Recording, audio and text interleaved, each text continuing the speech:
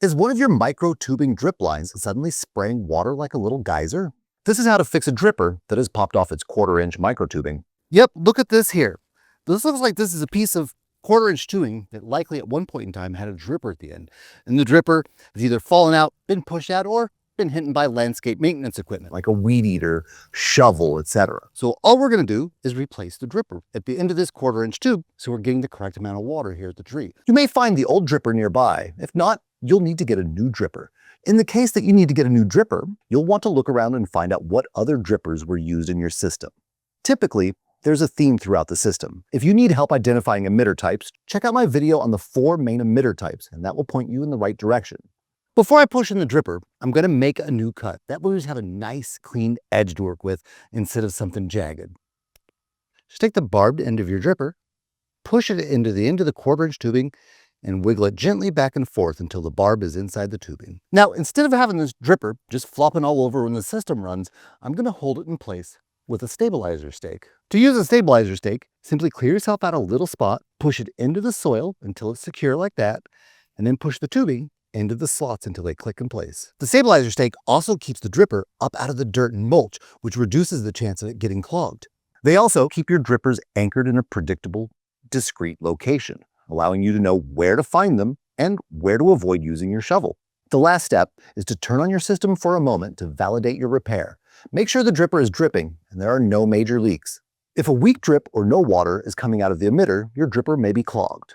You could try disassembling the dripper and cleaning it out. The flag-on-flag drippers rotates and pulls off just like this. Then clean off the part that pulls off and pop it back in. Button drippers unscrew into 2 pieces like this, and this little diaphragm inside is what you want to rinse off. Then just pop the diaphragm back in and thread it back together. But if it's a common non-cleanable dripper, meaning that it can't be disassembled, the dripper will need to be replaced. You'll have to snip it off and reinsert a new dripper. If your dripper pops out again after you fixed it, the first thing that immediately comes to mind when you see a dripper pop off the tubing and water goes spraying everywhere is that you might be operating at too much pressure. The fix is a simple pressure regulator at your hose bib or head assembly. The pressure regulator will take your water pressure, which is typically around 60 psi for residential water sources, and take it down to 25 psi, which will be much gentler and prevent emitters and fittings from popping off. I've got a video on how to figure out if you need a pressure regulator and which one to get. You can check it out in the top right or description below. But another one is making sure you're using the right kind of tubing.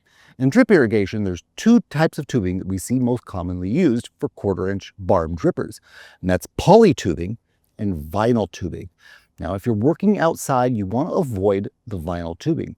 Vinyl tubing is incredibly soft, and when it sits in the sun, it gets even softer. And even proper pressure, 10 to 25 psi, can cause drippers to pop out of the soft vinyl tubing. So if this is a system that's outside and is going to be exposed to sunlight, use poly tubing. And there's a second reason why, and that's because vinyl breaks down faster under UV exposure than poly tubing does. So there's 2 reasons to make sure you're using the correct tubing type for outside systems. If you find you have the wrong tubing or need some new drip emitters, at Drip Depot we put together maintenance repair bucket kits that include all the parts you'll need to do repairs like this, and they come with the right kind of micro tubing if you need to swap out any improperly used vinyl tubing. If you can't tell the type of tubing you have by the feel of it, which vinyl tubing will feel more rubbery and flexible versus poly tubing, which is more rigid and feels more like plastic, then oftentimes vinyl tubing will have printed on the side something like PVC, short for polyvinyl chloride, or vinyl for short, which tells you that you have vinyl tubing. We've also put together Drip Depot Irrigation quick repair storage container kits that come with all the parts you'd need for repairs in a convenient compartment storage container that is great for keeping track of drip irrigation parts. I've been using these for years, and I found that something like this is the best way to keep your parts organized. If you'd like to learn about 5 other mistakes it's critical to avoid in drip irrigation, check out the video right there.